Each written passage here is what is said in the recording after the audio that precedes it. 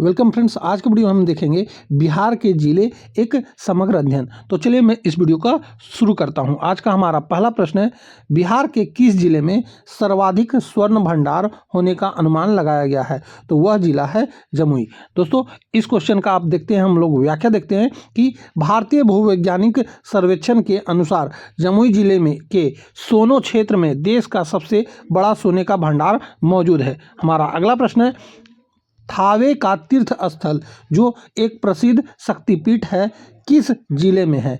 तो यह स्थित है गोपालगंज में। इस प्रश्न का आप व्याख्या देखेंगे दोस्तों कि गोपालगंज जिले में स्थित थावे दुर्गा मंदिर एक प्रमुख तीर्थ स्थल है जहां हर साल भव्य थावे महोत्सव का आयोजन होता है। हमारा अगला प्रश्न है, 2011 की जनगणना के अनुसार बिहार के किस जिले की साक्षरता दर सर्वाधिक है? तो यह है रोहतास का। रोहतास का साक्षरता दर सर्वाधिक है। यहाँ पे आप व्याख्या में देखेंगे कि 2011 की जनगणना के अनुसार रोहतास जिले की साक्षरता दर 73.37% है।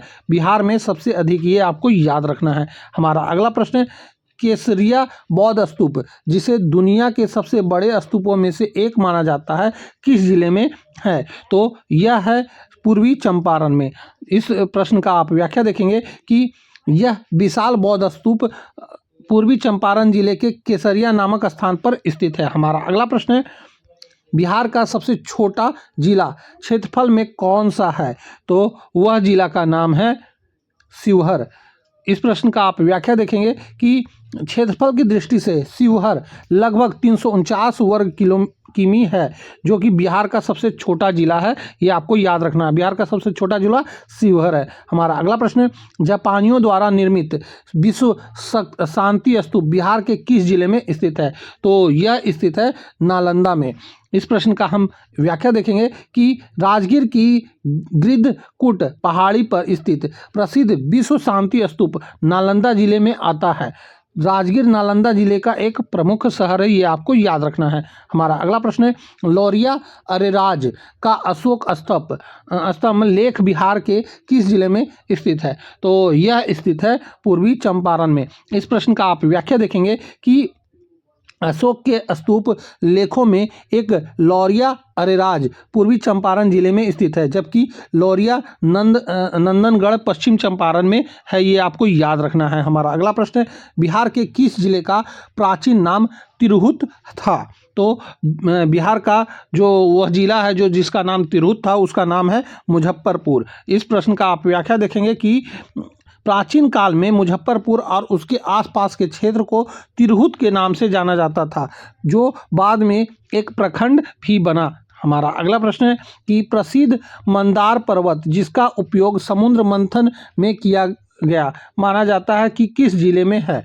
तो यह स्थित है बांका जिला में, यानी कि ऑप्शन नंबर डी इस प्रश्न का सही उत्तर हो जाएगा। और इस प्रश्न का आप व्याख्या देखेंगे कि पौराणिक महत्व का मंदार पर्वत बांका जिले में स्थित है। यहाँ हर साल मकर संक्रांति पर मंदार महोत्सव का आयोजन होता है। हमारा अगला प्रश्न है, बिहार में खुदा बख्श ओरिएंटल पब्लिक लाइब्रेरी किस जिले में स्थित है? तो यह स्थित है पटना में। इस प्रश्न का आप व्याख्या देखेंगे कि अपनी दुर्लभ अरबी और फारसी पांडुलिपियों के लिए विश्व प्रसिद्ध यह लाइब्रेरी, जिसे राष्ट्रीय महत्व का संस्थान घोषित किया गया है, पटना में गंगा नदी के किनारे स्थित है। हमारा अगला प्रश्न है, बिहार का कौन सा जिला मकई यानी मक्का उत्पादन में अग्रणी है? तो वह जिला है कटिहार। इस प्रश्न का आप व्याख्या देखेंगे कि कटिहार और पूर्णिया जैसे सीमांचल क्षेत्र के जिले मक्का उत्पादन में बिहार में अग्रणी है, जहां प्रति हेक्टेयर उत्पादन अमेरिका के बराबर है।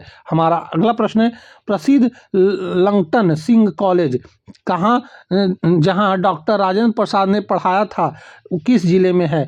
तो वह स्थित है मुजफ्फरपुर में। इस प्रश्न का आप व्याख्या देखेंगे कि लंगटन सी कॉलेज मुजफ्फरपुर का एक प्रतिष्ठित और ऐतिहासिक शिक्षण संस्था है। इसकी खगोलीय वेधशाला भी बहुत प्रसिद्ध है। हमारा अगला प्रश्न है, सौराठ सभा मेला जो मैथिली ब्राह्मणों के विवाह सम्मेलन के लिए प्रसिद्ध है किस जिले में लगता है? तो यह लगता है मधुबनी में। इस प्रश्न का आप व्याख्या देखेंगे कि मधुबनी जिले के सौराठ नामक स्थान पर लगने वाला यह मेला एक अनूठा विवाह सम्मेलन है, जहां पंजिकाओं यानी वंशावली को देखकर विवाह तय किया जाता है। हमारा अगला प्रश्न है, शेर शाह सूरी का प्रसिद्ध मकबरा किस जिले में स्थित है? तो यह स्थित है रोहतास में। दोस्तों, इस क्वेश्चन का आप व्याख्या देखेंगे कि एक कृत्रिम झील के बीच बना इंडो इस्लामिक वास्तुकला का यह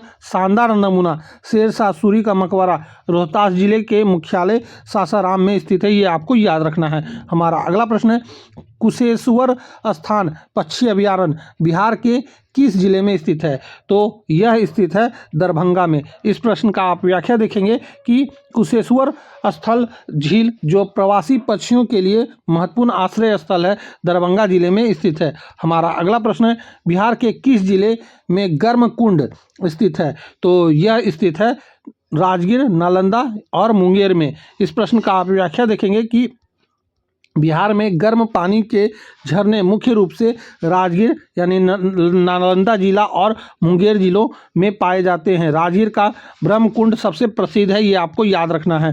हमारा अगला प्रश्न है, बिहार का कौन सा जिला आम उत्पादन में अग्रणी है? तो वह जिला का नाम है दरभंगा। इस प्रश्न का आप व्याख्या देखेंगे कि दरभंगा जिला बिहार में आम उत्पादन में पहले स्थान पर है, जहां विभिन्न किस्मों के आमों का उत्पादन होता है। हमारा अगला प्रश्न है, घोड़ा कटोरा झील कहाँ स्थित है? एक रमणीय पर्यटन स्थल है। तो यह स्थित है राजगीर, नालंदा में। इस प्रश्न का आप व्याख्या देखेंगे कि घोड़ा कटोरा एक सुंदर झील है जो राजगीर की पहाड़ियों से घिरी हुई है। यह नालंदा जिले के अंतर्गत आता है। हमारा अगला प्रश्न है, बिहार के किस जिले में तिलका मांझी को फांसी दी गई थी? तो वह जिला है भागलपुर, यानी कि ऑप्शन नंबर डी। इस प्रश्न का आप व्याख्या देखेंगे कि आदिवासी विद्रोह के नायक तिलका मांझी को 1785 में भागलपुर में एक बरगद के पेड़ से लटकाकर फांसी दे दी गई थी। हमारा अगला प्रश्न है, बिहार का कौन सा जिला चावल उत्पादन में प्रथम स्थान पर है? तो उस जिला का नाम है रोहतास, यानी ऑप्शन नंबर सी। इस प्रश्न का आप व्याख्या देखेंगे कि रोहतास जिला, जिसे बिहार का धान का कटोरा भी कहा जाता है, चावल के उत्पादन में राज्य में पहले स्थान पर है। यहाँ सोन नहर प्रणाली सिंचाई का प्रमुख स्रोत है। हमारा अगला प्रश्न है, अजगैबी नाथ मंदिर जहाँ के से कावड़ यात्रा शुरू होती है किस जिले में स्थित है? तो यह स्थित है भागलपुर में, यानी ऑप्शन नंबर बी। इस प्रश्न का आप व्याख्या देखेंगे कि भागलपुर जिले के सुल्तानगंज में गंगा नदी के बीच एक पहाड़ी पर स्थित अजगैबी नाथ मंदिर एक प्रसिद्ध शिव मंदिर है। यहीं से श्रद्धालु देवघर के लिए गंगाजल उठाते हैं। हमारा अगला प्रश्न है, 2011 की जनगणना के अनुसार बिहार का सबसे कम जनसंख्या घनत्व वाला जिला कौन सा है? तो उस जिला का नाम है कैमूर, यानी भभुआ। इस प्रश्न का आप व्याख्या देखेंगे कि 2011 की जनगणना के अनुसार कैमूर जिले की जनसंख्या घनत्व 488 व्यक्ति प्रति वर्ग किमी है। बिहार में सबसे कम था, जिसका मुख्य कारण इसका पहाड़ी और वनाच्छादित होना है। हमारा अगला प्रश्न है, सिमुलतल्ला आवासीय विद्यालय जो अपनी उत्कृष्ट शिक्षा के लिए प्रसिद्ध है किस जिले में स्थित है? तो यह स्थित है जमुई में। इस प्रश्न का आप व्याख्या देखेंगे कि नेत्राहाट विद्यालय की तर्ज पर स्थापित सिमुलतल्ला आवासीय विद्यालय जमुई जिले में स्थित है और यह अपनी गुणवत्ता शिक्षा के लिए पूरे देश में जाना जाता है। हमारा अगला प्रश्न है, सीताकुंड जो एक गर्म पानी का सोता है किस जिले में स्थित है? तो यह स्थित है मुंगेर जिले में। इस प्रश्न का आप व्याख्या देखेंगे कि सीताकुंड जहां माना जाता है कि माता सीता ने अग्नि परीक्षा के बाद स्नान किया था, मुंगेर में स्थित है, एक प्रसिद्ध गर्म जलकुंड है। हमारा अगला प्रश्न है, बिहार के किस जिले में अबरक पाया जाता है? तो यह पाया जाता है गया में, नवादा में और जमुई, ये तीनों में पाया जाता है। तो दोस्तों, यहीं पे हमारा ये 25 क्वेश्चन पूरा होता है। आपके 25 क्वेश्चन में से कितने प्रश्न सही हुए हैं आप हमें कमेंट करके बताएंगे। इस प्रश्न का हम लोग व्याख्या देख लेते हैं कि अबरख मुख्य रूप से गया, नवादा और जमुई जिलों में पाया जाता है, जो झारखंड से सटी अबरख पट्टी का हिस्सा है। तो दोस्तों यहीं पे हमारा यह वीडियो समाप्त होता है। उम्मीद है कि आपने इस वीडियो को शुरू से अंत तक जरूर देखा होगा। अब हम आपसे मिलेंगे अगली वीडियो में, तब तक के लिए जय हिंद, वंदे मातरम।